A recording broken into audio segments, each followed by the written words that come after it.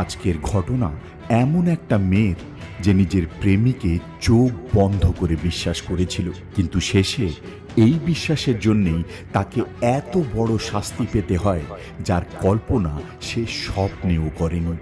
2016 সালের এই মর্মান্তিক ঘটনা সবাইকে কাঁপিয়ে তুলেছিল। ভালোবাসা থেকে শুরু হয়ে নৃশংসতার সীমা ছাড়িয়ে যাবার এই ঘটনা শুনে আপনারাও অবাক হয়ে যাবেন। তাহলে চলুন আর দেরি না করে ভিডিওটা শুরু করা যাক।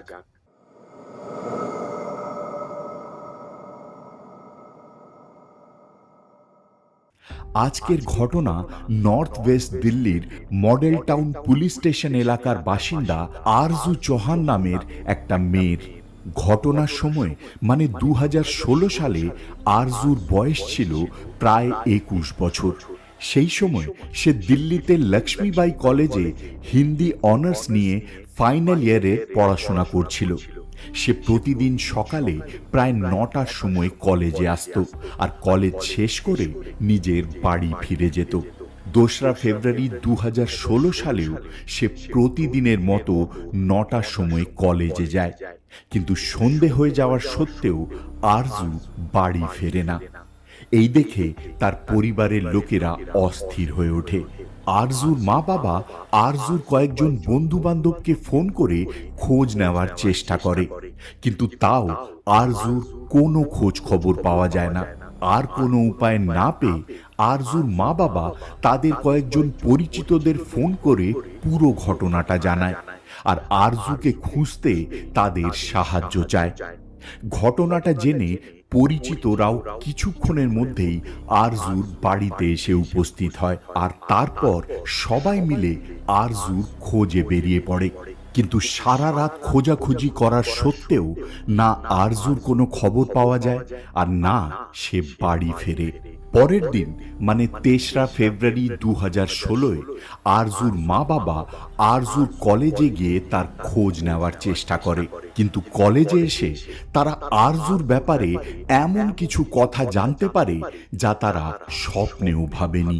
আরজুর কলেজের বন্ধু বান্ধব আর কলেজের রেকর্ডস দেখে তারা জানতে পারে আরজু প্রতিদিন কলেজে আসতো ঠিকই, কিন্তু সকাল 9টায় কলেজে ঢোকার পর সে শুধু একটা ক্লাস অ্যাটেন্ড করে সকাল 10টার সময় কলেজ থেকে বেরিয়ে যেত। তারপর সে আবার দুপুর 1টার সময় কলেজে ঢুকত। এইসব কথা আরজুর মা বাবার পক্ষে বিশ্বাস করা কঠিন ছিল, কিন্তু কলেজের অ্যাটেন্ডেন্স রেজিস্টার আর বন্ধুদের বয়ান এমন সত্যতা প্রকাশ করছিল যা অস্বীকার করা কোনোভাবেই সম্ভব ছিল না। এমনকি কলেজ প্রশাসন আরজুর মা বাবার সাথে আরজুর কলেজের কিছু ঘনিষ্ঠ বন্ধুদের সাথেও আলাপ করায়। তারাও আরজুর মা বাবাকে জানায় যে আরজু প্রতিদিন কলেজে এসে ঠিক 10টার সময় কলেজ থেকে বেরিয়ে যেত আর তাকে নিতে কলেজের গেটে একটা ছেলেও দাঁড়িয়ে থাকতো। বন্ধুরা এটাও জানায় যে আরজু তাদের জানিয়েছিল যে এই ছেলেটার সাথেই তার বিয়ে হতে চলেছে। কলেজ থেকে হতাশ হয়ে ফিরে আরজুর পরিবার মডেল টাউন থানায় গিয়ে আরজুর মিসিং রিপোর্ট লেখায়। মিসিং ডায়েরি পেয়ে পুলিশ সবার আগে আরজুর কলেজে গিয়ে পৌঁছায় আর কলেজ প্রশাসনকে সেই দিনের সিসিটিভি ফুটেজ দেখাতে বলে। সিসিটিভি ফুটেজে আরজুকে কলেজের বাইরে একটা ছেলের সাথে গাড়ি করে যেতে দেখা যায়। সিসিটিভি ফুটেজটা আরজুর মা বাবাকেও দেখানো হয় আর তারা আরজুর সাথে গাড়িতে থাকা সেই ছেলেটাকে চিনে ফেলে। তারা জানায় ছেলেটার নাম নবীন খত্রী। 23 বছরের নবীন তাদের বাড়ির পাশেই থাকে। এই তথ্য পেয়ে পুলিশ নিজের তদন্ত আগে বাড়ায় আর জানা যায় নবীন আর আরজু প্রতিবেশী ছিল আর সেই কারণেই তারা একে অপরকে চিনত। তাদের এই পরিচিতি বন্ধুত্বয় পাল্টে যায় আর শেষে তারা ভালোবাসায় পড়ে যায়। তারা সারা জীবন একসাথে থাকতে চাইত আর সেই কারণেই তারা বিয়ে করার সিদ্ধান্তও নিয়েছিল। তারা ঠিক করেছিল তারা নিজের নিজের পরিবারকে এই সম্পর্কের কথা জানিয়ে দেবে, তাদের দৃঢ় বিশ্বাস ছিল যে তাদের পরিবার এই সম্পর্ক খুব সহজেই মেনে নেবে, কিন্তু এটা তাদের ভুল ধারণা ছিল। তাদের সম্পর্কের কথা জেনে একটু অশান্তির পর আরজুর পরিবার তাদের সম্পর্ক মেনে নিলেও নবীনের পরিবার এই সম্পর্ক কিছুতেই মানতে চায় না। আসলে নবীন জাট সম্প্রদায়ের থেকে ছিল, আর আরজু ছিল রাজপুত সম্প্রদায়ের। নবীনের পরিবার একটা জাট সম্প্রদায়ের মেয়ের সাথেই নবীনের বিয়ে দিতে চাইতো, আর সেই কারণেই তারা এই সম্পর্কে কোনোভাবেই রাজি ছিল না। এমনকি তারা নবীনকে কঠোর নির্দেশ অবধি দেয় যে আজকের পর সে যেন আরজুর সাথে আর কোনো দিন দেখা না করে। নবীনও নিজের পরিবারের কথা মেনে নেয়, আর আরজুর সাথে দেখা সাক্ষাৎ বা কথাবার্তা পুরোপুরি বন্ধ করে দেয়। কিন্তু সে বেশি দিন নিজের কথায় টিকে থাকতে পারে না, আর কিছুদিন পর থেকেই সে নিজের পরিবারের নজর বাঁচিয়ে আবার আরজুর সাথে দেখা সাক্ষাৎ শুরু করে।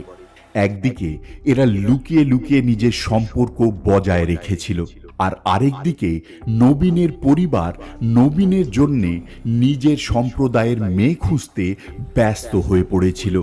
আর কিছুদিনের মধ্যেই তারা একটা মেয়ে খুঁজে নবীনের বিয়ে ঠিক করে ফেলে। সব কথাবার্তা ঠিক করার পর শেষে নবীনের বিয়ের দিনটাও ঠিক করে ফেলা হয়, আর সেই দিনটা ছিল 4 ফেব্রুয়ারি 2016। পুলিশের তদন্তে উঠে আসে যে নবীনের বিয়ে ঠিক হয়ে যাওয়ার সত্ত্বেও সে সমানে আরজুর সাথে যোগাযোগে ছিল, আর তাছাড়াও তারা লুকিয়ে লুকিয়ে দেখাও করত। তাই পুলিশ নবীনকেই সন্দেহ করছিল, আর তাই তারা নবীনের খোঁজে লেগে পড়ে। পুলিশ নবীনের মোবাইল ফোন ট্রেস করে তাকে ধরার চেষ্টা করছিল, কিন্তু নবীনের ফোন সমানে বন্ধ দেখাচ্ছিল। তাই পুলিশ কোনোভাবেই তাকে ট্রেস করতে পারছিল না। কিন্তু মোবাইল বন্ধ হওয়ার আগে নবীনের লাস্ট লোকেশন ছিল তার বাড়ি। তাই পুলিশ সোজা নবীনের বাড়িতে গিয়ে পৌঁছায়। কিন্তু বাড়িতে গিয়ে পুলিশ জানতে পারে যে নবীনের তো 4 ফেব্রুয়ারি 2016তেই বিয়ে হয়ে গেছে, আর আজ সে নিজের নতুন বউকে নিয়ে হানিমুনের জন্যে দেশের বাইরে যাচ্ছে। এই খবর পেয়ে পুলিশ সোজা এয়ারপোর্টে ছোটে, আর এয়ারপোর্ট থেকেই তারা নতুন বউয়ের সাথে নবীনকে হেফাজতে নেয়। এয়ারপোর্ট থেকে পুলিশ নবীনকে মিডল টাউন পুলিশ স্টেশনে নিয়ে আসে, আর আরজুর বিষয় জিজ্ঞাসাবাদ শুরু করে। নবীন জানায় যে বেশ কয়েক মাস আগেই আরজুর সাথে তার সব সম্পর্ক শেষ হয়ে গেছে। তার বিয়ে ঠিক হয়ে যাওয়ার পর থেকেই সে আরজুর সাথে আর কোনো দিন কথা বলেনি। কিন্তু পুলিশের কাছে নবীনের ফোন কল ডিটেল ছিল। এবার তারা কল ডিটেল দেখিয়ে নবীনকে আরো কড়াভাবে জিজ্ঞাসাবাদ শুরু করে, আর কিছুক্ষণের মধ্যেই নবীন মেনে নেয় যে তার সম্পর্ক এখনো আরজুর সাথে আছে। আর 2 ফেব্রুয়ারি মানে বিয়ের 2 দিন আগেই সে আরজুর সাথে দেখাও করেছিল। আর সেই দিনই আরজু মাঝ রাস্তায় তার গাড়ি থেকে নেমে অন্য কোথাও চলে যায়। পুলিশ নবীনের এই কথা কিছুতেই বিশ্বাস করে না, আর নবীনকে আরো কড়াভাবে জিজ্ঞাসাবাদ শুরু করে। এত কড়া জেরার মুখে পড়ে নবীন কিছুক্ষণেই ভেঙে পড়ে, আর এক এক করে পুরো ঘটনাটা পুলিশকে শোনানো শুরু করে, যা শুনে সবার পায়ের তলার থেকে মাটি সরে যায়। নবীন জানায় সেও নিজের পরিবারের পছন্দ করা মেয়ের সাথেই বিয়ে করতে চাইতো, কিন্তু আরজু তা কিছুতেই বুঝতে চাইছিল না। সে সমানে নবীনকে তার সাথে বিয়ে করার জন্য চাপ সৃষ্টি করছিল। নবীন জানায় শুধুমাত্র এই চাপের মুখে পড়েই সে আরজুর সাথে সম্পর্ক রাখতে আর দেখা করতে বাধ্য হয়েছিল। কিন্তু আরেকদিকে নবীনের বিয়ের দিনটাও এগিয়ে আসছিল।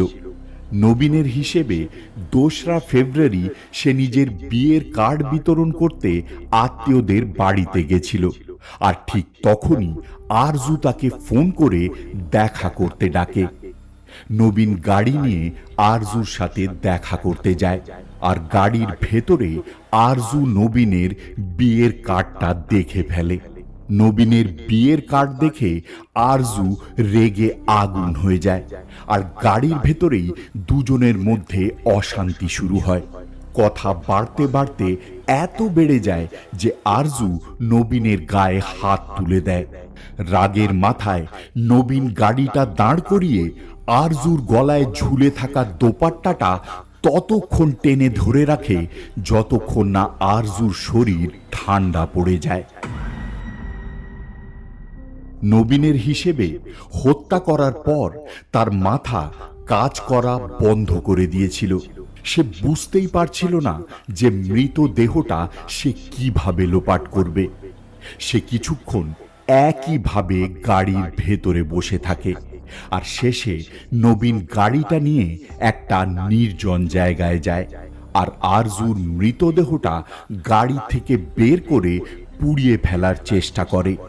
কিন্তু মৃতদেহটা কিছুতেই ঠিকভাবে জ্বলছিল না, তাই সে আরো ভয় পেয়ে যায়। সে আবার মৃতদেহটা তুলে গাড়ির ভেতরে ঢোকায়। তারপর নিজেকে শান্ত করার জন্যে সে মৃতদেহটা গাড়িতে নিয়ে আবার নিজের বিয়ের কার্ড বিতরণ করতে আত্মীয়দের বাড়িতে যায়। নবীন পুলিশকে জানায় যখন সে মৃতদেহটা লোপাট করার আর কোনো উপায় পাচ্ছিল না, সে ঠিক করে দেহটা সে নিজের বাড়িতেই লুকিয়ে দেবে। আর শেষে নবীন তাই করে। সারা রাত মৃতদেহটা গাড়িতে নিয়ে এদিক ওদিক ঘোরার পর ভোর 5টার সময় সে নিজের বাড়িতে ঢোকে, কারণ সেই সময় বাড়িতে সবাই ঘুমোচ্ছিল। আরজুর মৃতদেহটা যথেষ্ট ভারী ছিল, তাই নবীন একা কোনোভাবেই মৃতদেহটা নিয়ে বাড়ির ওপরে উঠতে পারছিল না। তাই সে একটা কবাড়িওয়ালাকে কিছু টাকা দিয়ে সাহায্য করতে রাজি করে নেয়। এরপর দুজনে মিলে মৃতদেহটা বাড়ির 3 তলায় সেই ঘরের ভেন্টিলেশন শাফটে লুকিয়ে দেয়, যেই ঘরে সে বিয়ের পর নিজের নতুন বউয়ের সাথে থাকতে চলেছিল। এইভাবে 3রা ফেব্রুয়ারি ভোর 5টার সময় নবীন আরজুর মৃতদেহটা তার নিজের ঘরেই লুকিয়ে দেয়। আর যাতে কেউ এই বিষয় টের না পায়, তাই সে সারা ঘরে সমানে পারফিউম ছড়াতে থাকে। নবীন নিজের অপরাধের গন্ধ লুকানোর জন্যে সারা ঘরে পারফিউম ছড়াচ্ছিল, কিন্তু পরিবারের লোকেরা ভাবছিল সে হয়তো নিজের বিয়ের আনন্দে ঘরটাকে সুগন্ধিত করে রাখতে চাইছে। একদিকে আরজুর মৃতদেহ ঘরে পড়েছিল, আর আরেকদিকে নবীন বিয়ের পিঁড়িতে বসেছিল। আর বিয়ের পর সে নিজের নতুন বউকে সেই ঘরেই নিয়ে আসে যেই ঘরের ভেন্টিলেশন শাফটে আরজুর মৃতদেহ ছিল। নবীনের মুখ থেকে এই সব কথা শুনে পুলিশ স্টেশনের সবাই অবাক হয়ে তার মুখের দিকে তাকিয়েছিল। শেষে নবীনের কথা মতো পুলিশ নবীনের ঘর থেকেই আরজুর মৃতদেহ উদ্ধার করে। ঘর থেকে প্রায় 100টারও বেশি পারফিউমের খালি বোতলও পাওয়া যায়। এই বোতলগুলো গত 2 দিনে নবীন মৃতদেহের গন্ধ লুকানোর জন্য ব্যবহার করেছিল। নবীনের স্বীকারোক্তির পর পুলিশ নবীনের পরিবারেরও কয়েকজনকে হেফাজতে নেয়। পুলিশের ধারণা ছিল এটা হতেই পারে না যে পরিবারের কেউ মৃতদেহ বাড়িতে থাকার কথা জানতো না। যদি তাই হতো তাহলে নবীন মৃতদেহ বাড়িতে ছেড়ে হানিমুনে যাওয়ার কথা স্বপ্নেও ভাবত না। পুলিশ যখন নবীনকে এয়ারপোর্ট থেকে হেফাজতে নিয়েছিল, সেই সময় থেকেই নবীনের বাবা রাজকুমার বাড়ি থেকে উধাও হয়ে যায়। জানা যায় রাজকুমার এর আগেও একটা হত্যার মামলায় জেলে বন্ধ ছিল, আর 2 দিন আগেই সে নিজের ছেলের বিয়ের অজুহাত দেখিয়ে জেল থেকে জামিন নিয়ে এসেছিল। নবীনের পুরো পরিবার এখনো পুলিশের হেফাজতে আছে, আর এই মামলা এখন পুলিশের হাত থেকে ক্রাইম ব্রাঞ্চের হাতে তুলে দেওয়া হয়েছে। এই মামলা প্রকাশ্যে আসার পর আরও কিছু অবাক করে দেওয়ার মতো তথ্য সামনে উঠে আসে। জানা যায় আরজু বিএ অনার্সের ফাইনাল ইয়ারের স্টুডেন্ট ছিল, আর অন্যদিকে নবীন মাত্র মাধ্যমিক অবধি পড়াশোনা করেছিল। কিন্তু তাও সে আরজুকে নিজের প্রেমের জালে ফাঁসাতে সফল হয়েছিল। এই মুহূর্তে নবীনের পুরো পরিবার জেলে আছে, আর আরজুর পরিবার এখনো সেই দুঃখ ভোলানোর চেষ্টা করছে, যা হয়তো তাদের বেঁচে থাকা অবধি কখনোই মিটবে না। বন্ধুরা, এই পুরো ঘটনাটা শুনে আপনাদের কি বক্তব্য অবশ্যই কমেন্ট করে জানাবেন। আর আমাদের এই চেষ্টা যদি আপনাদের একটুও ভালো লেগে থাকে তাহলে প্লিজ চ্যানেলটা সাবস্ক্রাইব করবেন, যাতে আমরা